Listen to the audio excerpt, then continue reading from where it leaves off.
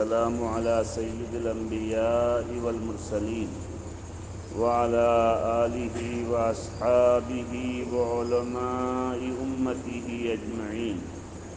أما بعد، أعوذ بالله من الشيطان الرجيم.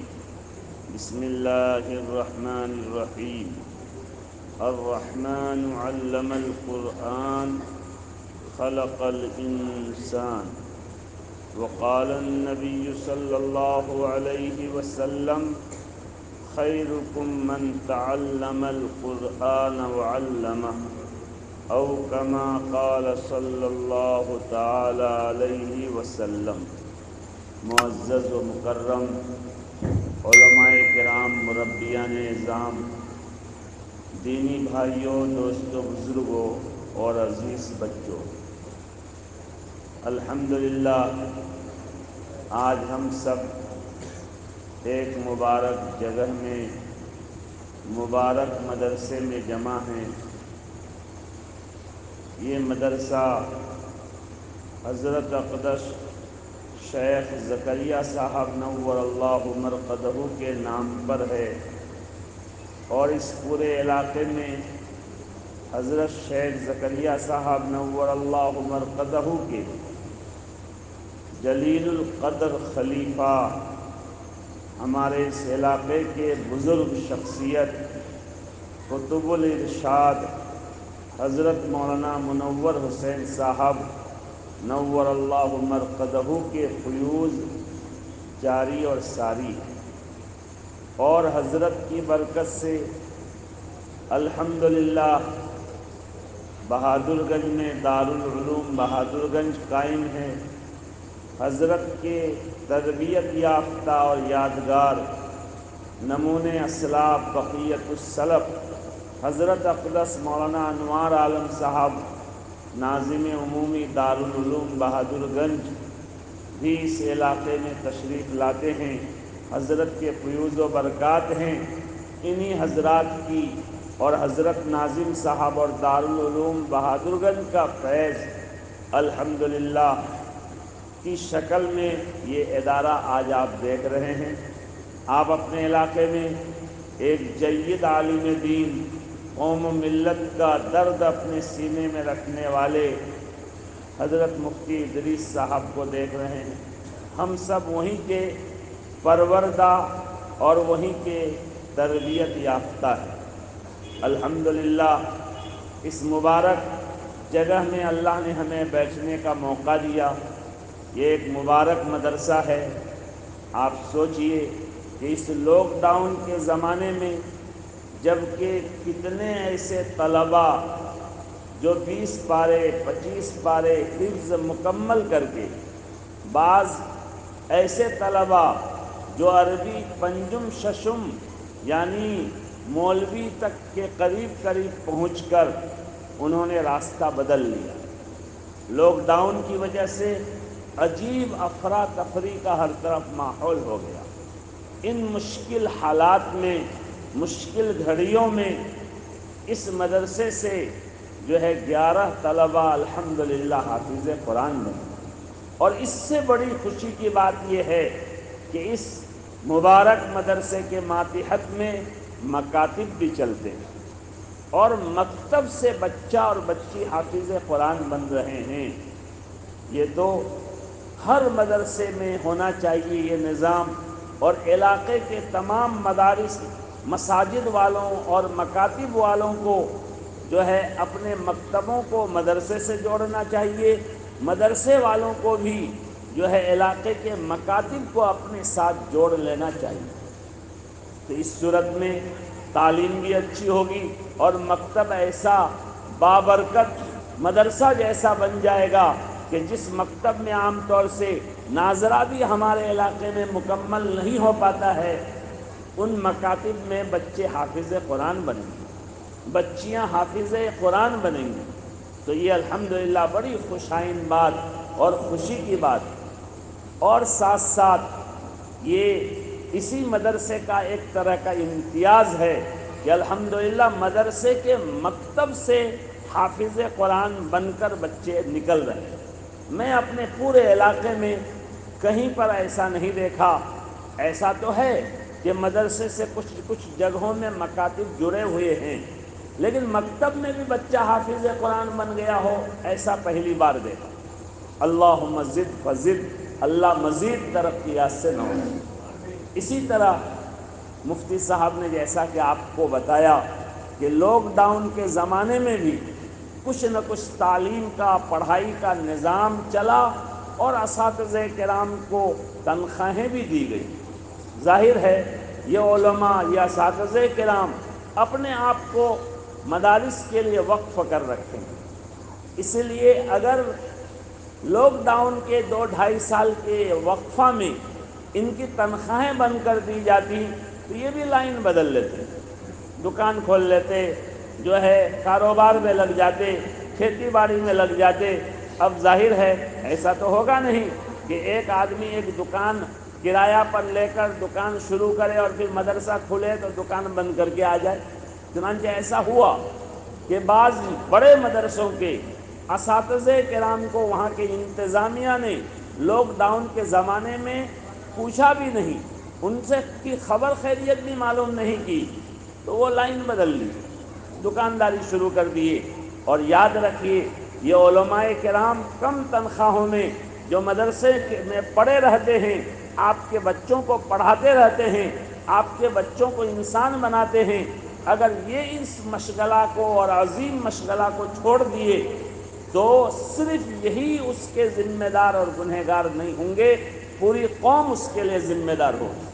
اسی لیے کہ پوری قوم کے ایمان کے سلامتی کا یہ مضبوط ذریعہ ہے مدارس کا وجود۔ اسپین میں 800 سال تک جو ہے اسلامی حکومت قائم رہی، اور وہاں بڑے بڑے ڈاکٹر، بڑے بڑے انجینئر، بڑے بڑے سائنسداں پیدا ہوئے۔ دوسرے ملکوں کو اس ملک نے بڑے بڑے سائنسداں دیے، بڑے بڑے انجینئر دیے، لیکن وہاں مدارس کا نظام نہیں تھا، مکاتب کا نظام نہیں تھا۔ 800 سال حکومت رہنے کے باوجود وہاں کی بڑی بڑی مسجدوں میں آج بھی سور باندھے جا رہے ہیں، الامان والحفیظ، وہاں اسلام کا نام و نشان مٹا دیا گیا۔ کچھ بھاگ گئے، کچھ مارے گئے، جو وہاں رہ گئے وہ کرسچن بن گئے، مرتد ہو گئے۔ یہ سب حالات رہے۔ اور اس کے برخلاف بخارا، سمرقند اور جو ماوراء النہر کا علاقہ ہے، علماء جانتے ہیں فقہ کی کتابوں میں ایک مستقل علاقہ ہے جہاں کے امام بخاری، امام ترمذی، صاحب ہدایہ جیسی عظیم شخصیات، عظیم محدثین، فقہا ہیں۔ ان جگہوں میں روس کا، رشیا کا قبضہ ہوا، اور وہاں اس قدر سختی ہوئی اسلام کے خلاف کہ اگر کسی جگہ کسی پرچی میں بھی کلمہ طیبہ لکھا ہوا مل جاتا، قرآن کا کوئی لفظ مل جاتا تو پورے گاؤں پر چھاپا ماری ہوتی اور سب کو تہو بالا کر دیا جاتا، قید میں ڈال دیا جاتا۔ لیکن وہاں چونکہ ہمارے اس طرز کے مدارس پہلے سے قائم تھے، وہاں علماء تھے، علماء کرام نے جو ہے دین کی، ایمان کی اس طرح سے حفاظت کی کہ قبرستان میں، قبر میں بیٹھ کر جو ہے استاد طالب علم جو ہے پڑھنے پڑھانے کا سلسلہ رکھا۔ شراب کی دکان کھول لیے ظاہری اعتبار سے، اور اس کے پیچھے مدرسہ چلنے لگا، جو ہے گڑھا کھود کر اور سرنگ میں گھس کر مدرسہ چلنے لگا۔ حافظ صاحب سلائی کی دکان کر رہے ہیں، تمام جو ہے ان کے کاریگر کپڑے سل رہے ہیں، مگر وہ بس ظاہر وہ جو ہے ایک ایک آیت کو اپنے بچوں کو یاد کرایا جا رہا ہے۔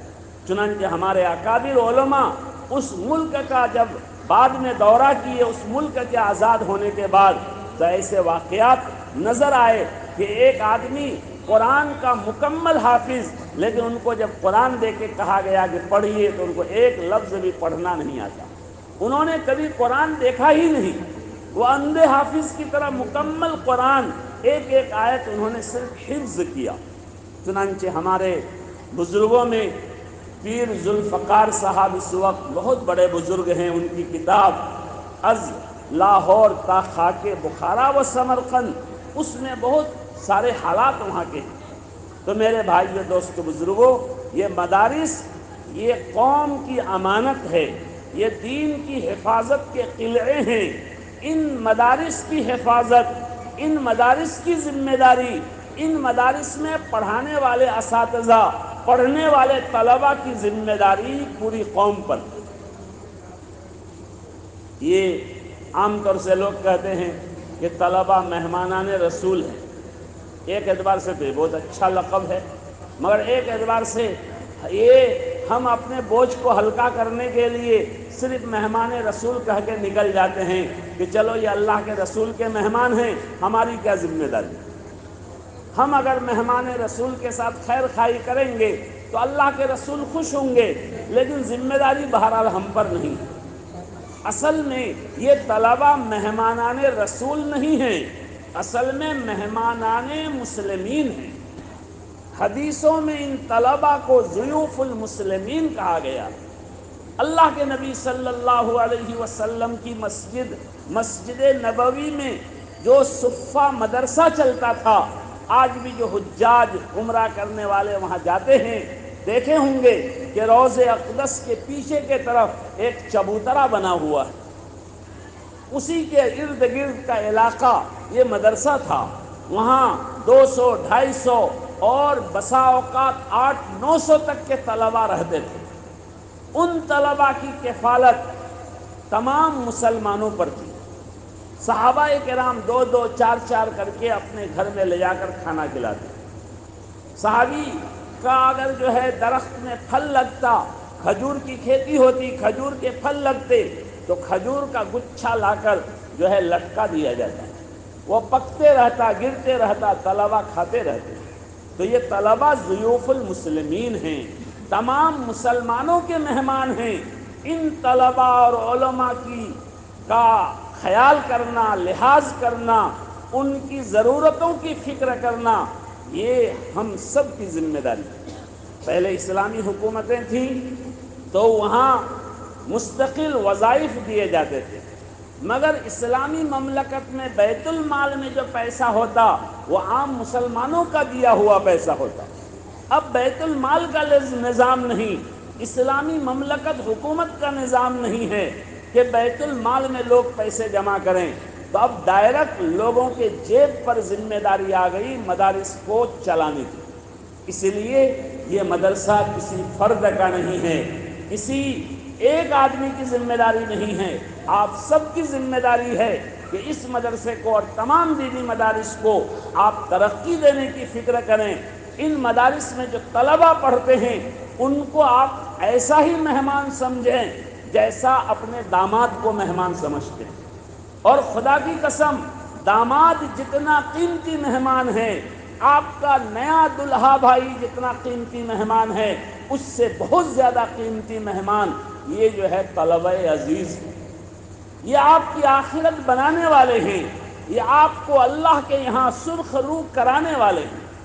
چنانچہ بخاری شریف میں کئی جگہ روایت ہے کہ ایک دیہات کا صحابی ایک مرتبہ اللہ کے نبی صلی اللہ علیہ وسلم کو آ کر جو ہے آپ کہیں اپنے حجرے میں جا رہے تھے، مجلس سے اٹھ کر راستے میں انہوں نے پوچھ دیا متی الساعہ یا رسول اللہ، اے اللہ کے رسول قیامت کب آئے گی؟ اللہ کے نبی نے ان سے پوچھا، کیونکہ اس کا جواب خود ہمارے نبی جی کو پتہ نہیں تھا۔ قیامت کب آئے گی اللہ نے کسی نبی، رسول، عالم، محدث، قطب، ابدال کسی کو نہیں بتایا، کسی کو نہیں معلوم، کسی فرشتے کو، جبریل امین کو بھی نہیں معلوم قیامت کب آئے گی۔ تو آپ نے پوچھا ما اعددت لہا، قیامت کے بارے پوچھ رہے ہو؟ قیامت تو حساب کتاب کا دن ہے، قیامت کی تیاری کیا کیے؟ بڑا سمجھدار صحابی اور جو دیہاتی آدمی تھا مگر سمجھدار عقلمند آدمی تھا، کہنے لگا یا رسول اللہ ما اعددت لہا من کثیر صلاۃ ولا صیام ولا صدقۃ، میں بہت زیادہ نمازیں پڑھ کر، بہت زیادہ روزے رکھ کر، بہت زیادہ دان خیرات کر کے قیامت کی تیاری تو نہیں کیا ہوں، لیکن ایک بات ہے انی احب اللہ و رسولہ، میں اللہ اور اللہ کے رسول سے محبت کرتا ہوں۔ اللہ کے نبی علیہ السلام نے ان کے اس جواب پر ایسا قیمتی جواب اور قیمتی بشارت سنائی کہ حضرت انس بن مالک رضی اللہ عنہ جو اللہ کے رسول کے خادم خاص ہیں فرماتے ہیں کہ اللہ کے نبی کی بشارت سے صحابہ اتنے خوش ہوئے کبھی بھی اتنے خوش نہیں ہوئے تھے۔ اللہ کے نبی نے فرمایا انت مع من احببت المرء مع من احب، تم جن سے محبت کرتے ہو قیامت کے دن انہی کے ساتھ رہو گے۔ تم اگر اللہ کے رسول کے ساتھ محبت کرتے ہو تو اللہ کے رسول کے ساتھ قیامت کے دن رہو گے۔ میدان محشر میں حوض کوثر کا تم جو ہے ذمہ دار رہو گے۔ اللہ کے رسول کو حوض کوثر دیا جائے گا جس میں ایک گلاس جو پانی پی لے گا قیامت کے پورے دن میں ان کو پیاس کی پریشانی نہیں پیش آئے گی۔ اور صرف اللہ کے رسول سے محبت کرنے پر نہیں، آپ نے عام قاعدہ بتا دیا المرء مع من احب، ہر آدمی کا حشر اپنے محبوب کے ساتھ ہوگا، جن سے ان کی محبت ہوگی قیامت میں جنت میں انہی کے ساتھ رہے گا۔ اب بتائیے علماء طلباء سے اگر ہم محبت رکھیں گے تو ان کی نسبتیں بہت دور تک پہنچتی ہیں۔ آپ کو دیکھنے میں لگتا ہے کہ اس مدرسے کے ذمہ دار مفتی ادریس صاحب زیدہ مجدہ ہیں، دیکھنے میں یہ آپ کا بچہ ہے، لیکن ان کی نسبتیں بہت دور تک پہنچتی ہے۔ ان سے محبت کرنا، ان کے اساتذہ سے محبت کرنا ہے، علماء دیوبند سے محبت کرنا ہے، اولیاء اور اقطاب سے محبت کرنا ہے، مدرسے سے محبت کرنا، شیخ زکریا صاحب رحمۃ اللہ علیہ سے محبت کرنا ہے، اور ان سے محبت کرنا مولانا خلیل احمد سہارنپوری سے محبت کرنا ہے، سلسلہ وار اوپر تک چلے جائیے۔ لہذا المرء مع من احب، ہمارا ان مدرسوں سے دلی تعلق ہونا چاہیے، دلی محبت ہونی چاہیے، جان مال کو نشاور کرنا چاہیے۔ جو کچھ ہمارا مدرسے میں لگ جائے اسی کو ہم کو اپنا ذخیر آخرت سمجھنا چاہیے کہ یہی ہمارے لیے آخرت میں کام آنے والی چیز ہوگی، یہی ہمارے قبر کی تاریکی میں جو ہے روشنی پیدا کرنے والی چیز ہوگی۔ دوسری بات یہ ہے کہ الحمدللہ 11 طلبہ حافظ قرآن بنے، ان کے ذمہ دار گارجن لوگ یہاں پر ہیں، ان کو میں دل کی گہرائی سے مبارکباد پیش کرتا ہوں۔ مجھے تو نہیں معلوم کہ آپ عالم ہیں، نہ ماسٹر ہیں، نہ ڈاکٹر ہیں، یا جو ہے انگوٹھا چھاپ ہے، کچھ بھی پڑھے نہیں ہیں، یہ مجھے نہیں معلوم، لیکن جیسے بھی آپ ہیں خدا کی قسم بہت سمجھدار ہیں، بہت عقل مند ہیں۔ اگر آپ پڑھے لکھے نہیں ہیں پھر بھی اپنے بچے کو حافظ قرآن بنا دیے تو اور سمجھدار ہیں آپ۔ پڑھا لکھا آدمی جو سمجھداری کا کام کرے تو کوئی بڑی بات نہیں، ان پڑھ آدمی سمجھداری کا کام کر لے تو یہ بہت بڑی بات ہے۔ چنانچہ پالن حقانی صاحب ایک بڑے عالم گزرے ہیں، پڑھے لکھے عالم نے، اللہ نے ان کو علم لدنی دے دیا تھا۔ انہوں نے ایک قصہ لکھا ہے، چھوٹا سا قصہ ہے کہ ایک بھڑوا راج، گجرات میں ایک قوم ہے جو بھیڑ بکریاں لے کر ہمیشہ جو ہے پھرتی رہتی ہے۔ ہم لوگوں کے علاقے میں جس طرح گاچ فقیر ہوتا ہے تو بھیڑ بکری لے کے آج اس گھاس میں جنگل میں، کل اس جنگل میں، پرسوں اس جنگل میں وہ پھرتے رہتے ہیں، دودھ نکالتے ہیں، گھی نکالتے ہیں، دہی نکالتے ہیں، بیچتے رہتے ہیں۔ تو اسی قوم کا ایک آدمی بھیڑ بکری لے کے گزر رہا تھا مدرسے کے سامنے سے، ان کو پیاس لگی تو مدرسے میں ہینڈ پائپ میں پانی پینے کے لیے آ گیا۔ ایک بچہ دیکھا کہ ایک مربی آدمی ہانپتے کانپتے پیاسا آدمی آیا پانی پینے کے لیے، تو جا کے ہینڈل پکڑ کے پانی چلانے لگا، اور وہ جو ہے ہاتھ جوڑ کے جس طرح پانی پیتے ہیں ٹیول سے، ہینڈ پائپ سے، وہ پانی پی لیا۔ پینے کے بعد اس بچے کو کہا بیٹا تیرا بہت بہت شکریہ، کیا کرتے ہو تم؟ کہا میں یہاں پڑھائی کرتا ہوں۔ کہا اچھا کہاں کے ہو؟ کہا میں فلاں جگہ کا ہوں۔ کہا تمہارے طرح ہی میرا بھی ایک بیٹا ہے، اگر میں اس بیٹا کو اس مدرسے میں ایڈمیشن کراؤں تو کیا خرچہ پڑے گا بیٹا؟ تمہارا کتنا خرچہ پڑ رہا ہے؟ کہا نہیں کچھ نہیں، سب فری، کھانا فری، رہنا فری، جو ہے دوا دارو سب فری ہمارا، آپ بھی اگر اپنے بچے کا ایڈمیشن کرائیں گے سب فری ہو جائے گا۔ کہ اچھا ٹھیک ہے میں اپنے بچے کو لے کر آؤں گا۔ ان کا نام پتہ کمرہ نمبر پوچھ لیا، وہ چلا گیا، اپنے 10 سال کے بچے کو کچھ دن کے بعد لے کر آیا، اس بچے سے ملا، وہ بچے اپنا استاد اور ذمہ دار سے ملاقات کرا دیا، اور انہوں نے اس بچے کا ایڈمیشن اس مدرسے میں کر دیا۔ چنانچہ مدرسے میں وہ بچہ پڑھا اور پڑھتے پڑھتے بہت ترقی کیا، اور بعد میں ترقی کرتے کرتے بادشاہ کا وزیر بن گیا۔ دیکھیے عبدالکلام صدر جمہوریہ انہی مکتب مدرسے کا پڑھا ہوا تھا۔ کتنے ایسے لوگ ہیں کہ ان مدرسوں میں پڑھ کر اللہ نے ان کو بہت ترقی دی، تو وہ وزیر اعظم بن گیا۔ کچھ دن کے بعد ان کے ابا کا ٹیلی گرام گیا۔ پہلے زمانے میں فاسٹ خط بھیجنا، چٹھی بھیجنا ہوتا تھا تو لوگ ٹیلی گرام کرتے تھے۔ گیا کہ بیٹا فلاں دن تمہارے پاس ملنے آ رہا ہوں۔ مثلاً آپ سمجھیے دلی میں وزیر صاحب ہیں، بیٹا جو ہے یہاں سے ارریا سے ٹرین میں بیٹھ کے وہ دلی گیا۔ وزیر نے اپنے دوستوں سے بتایا کہ فلاں تاریخ کو جو ہے برہم پترا میل سے میرے ابا آ رہے ہیں۔ باتوں بات کانوں کان جو ہے بادشاہ تک خبر پہنچی۔ بادشاہ نے وزیر کو بلا کر تحقیق کیا کہ صحیح بات ہے، کہاں کہ بھائی تمہارا ابا ہمارا ابا، تمہارے ابا آ رہے ہیں اور تم جو ہے بتائے نہیں، ان کا پورا استقبال ہوگا، پورے دربار کو ہم سجائیں گے اور ہمارے دربار سے ٹرین اسٹیشن تک چونا لگائیں گے، راستہ کی صفائی کرائیں گے، پورے استقبال کے ساتھ تمہارے ابا کو لائیں گے۔ وزیر صاحب نے کہا میرے ابا بہت سیدھے آدمی ہیں، وہ ان سے سب سے کچھ فرق نہیں پڑے گا۔ بادشاہ نے کہا نہیں بھائی، ابا ابا ہیں۔ چنانچہ بادشاہ نے شاہی دربار کو سجایا اور راستے میں دونوں جانب چونا ڈلوایا، اور جو تاریخ مقرر تھی بادشاہ اپنے درباریوں کے ساتھ اسٹیشن پہنچ گیا۔ اس زمانے میں ٹرین میں اے سی ڈبہ تو نہیں ہوتا، لیکن فرسٹ کلاس ہوتا تھا۔ سب لوگوں کی نگاہ تھی فرسٹ کلاس کی طرف، جو وزیر اعظم کے ابا اتریں گے۔ فرسٹ کلاس کے تمام پیسنجر اتر کے روانہ ہو گئے، لیکن وزیر صاحب کے ابا نہیں اترے۔ پھر اچانک وزیر صاحب نے پیچھے کے ایک ڈبے سے اترتے ہوئے ابا کو دیکھا اور کہا وہ میرے ابا ادھر ہیں۔ وہ بیچارے جنرل سے اتر رہے تھے۔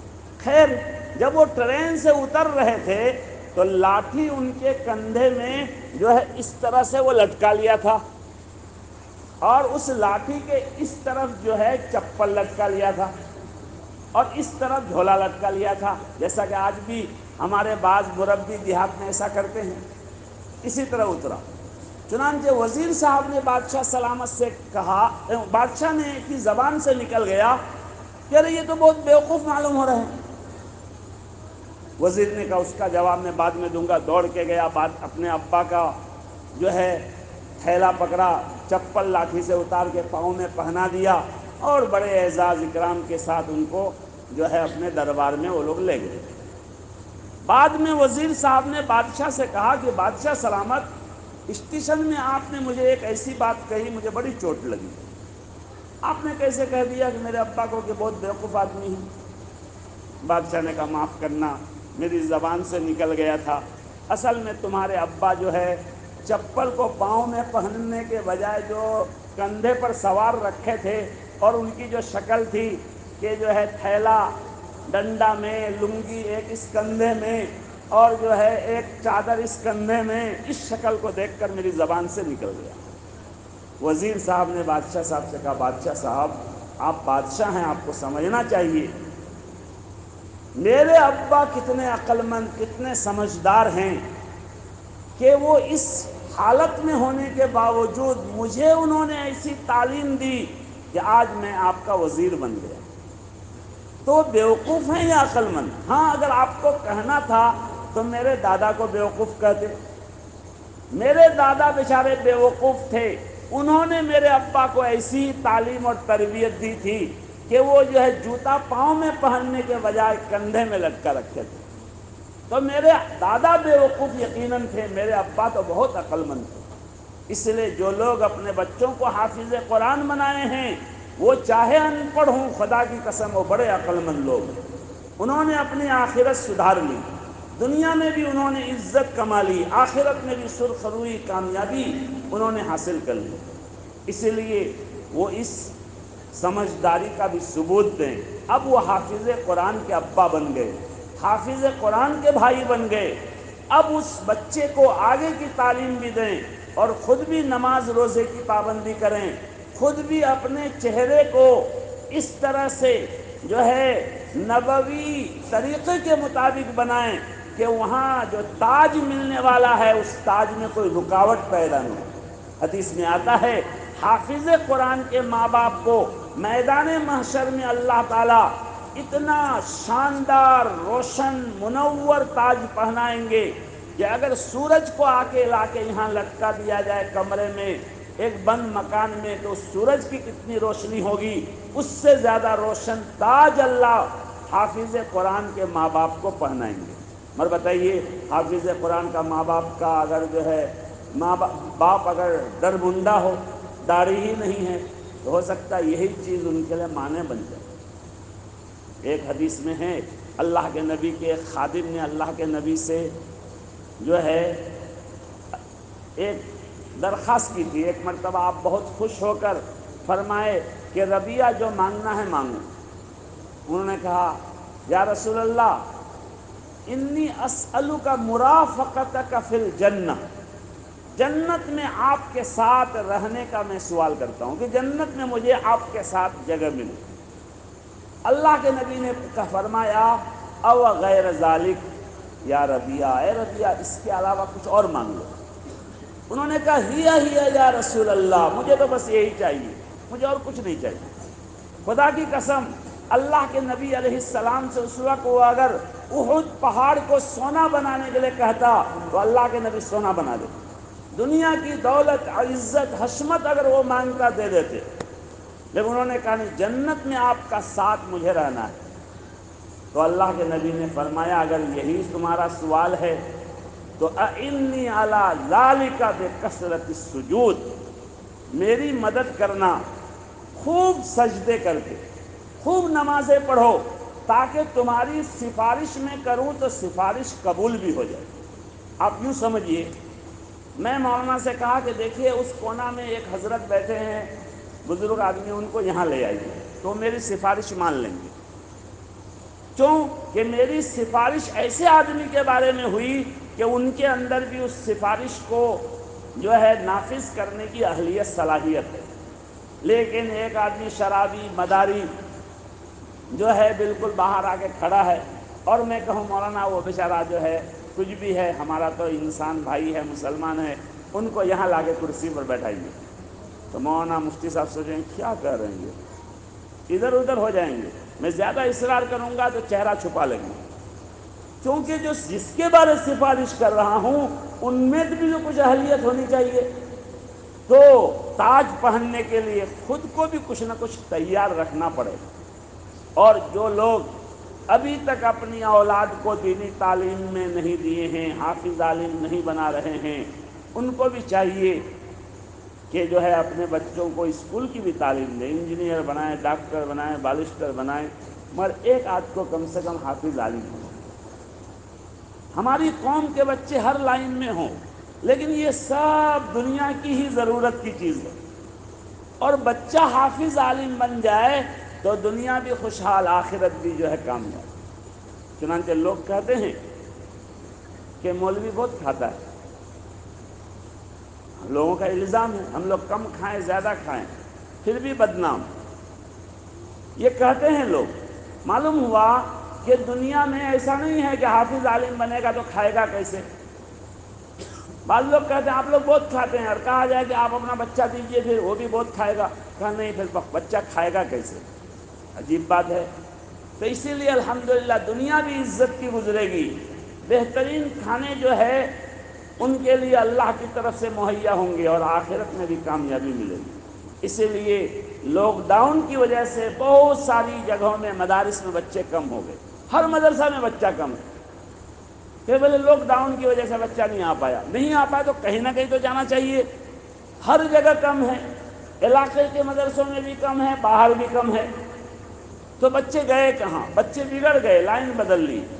اس لیے ان مدرسوں میں اپنے بچوں کو دینی تعلیم سکھانے کے لیے سبھی لوگ عزم کریں سبھی لوگ اپنے بچے کو، پوتا کو حافظ قرآن بنائیں، عالم دین بنائیں، اور کوشش کریں کہ اگر آپ صاحب استطاعت ہیں تو خرچہ دے کر اپنے بچے کو حافظ قرآن بنائیں، خرچہ دے کر اپنے پوتا کو عالم دین بنائیں۔ آج بھی ہمارے یہاں دھان عشر کا الگ کر کے رکھ دیے اگر، اور ہمارے گھر کی کوئی عورت اس میں سے تھوڑا دھان اٹھا لے تو کہیں یہ عشر کا، زکوٰۃ کا دھان ہے، زکوٰۃ کا دھان ہے، اس کو مت چھو۔ ہم کہیں زکوٰۃ کا دھان گھر میں نہیں کھا سکتے ہیں، پھر ہم اپنے بچوں کو مدرسے میں کھلاتے ہیں۔ بتائیے، ابھی مفتی صاحب نے حساب سنایا تو خود کفیل بچوں کی طرف سے صرف 1000 روپے آیا پورے سال میں، حالانکہ وہی گارجن اگر ان کا کوئی بچہ اسکول میں پڑھے تو وہاں 5000 مہینہ میں دینے کے لیے تیار، لیکن مدرسے میں 500 روپے دینے میں لوگوں کی نانی مرتی، خرچہ دینا نہیں چاہتے، کہ فری۔ میرے بھائیوں، مدرسوں میں غریب بچوں کے لیے فری کھانا ہے، یہ زکوٰۃ، صدقات، عطیات کی رقمیں ہوتی ہیں، امداد کی رقم تو بہت کم ہوتی ہے۔ اسی لیے جو صاحب استطاعت ہیں ان کو چاہیے اپنے بچوں کو جو ہے خرچہ دے کر پڑھائیں۔ اور اگر آپ کا بچہ نہیں پڑھتا ہے تو آپ کسی بچے کو گود لے لیں، یعنی ایک بچے کا خرچہ مدرسے میں دینے دیں کہ ایک بچہ میرے خرچہ سے حافظ قرآن بنے۔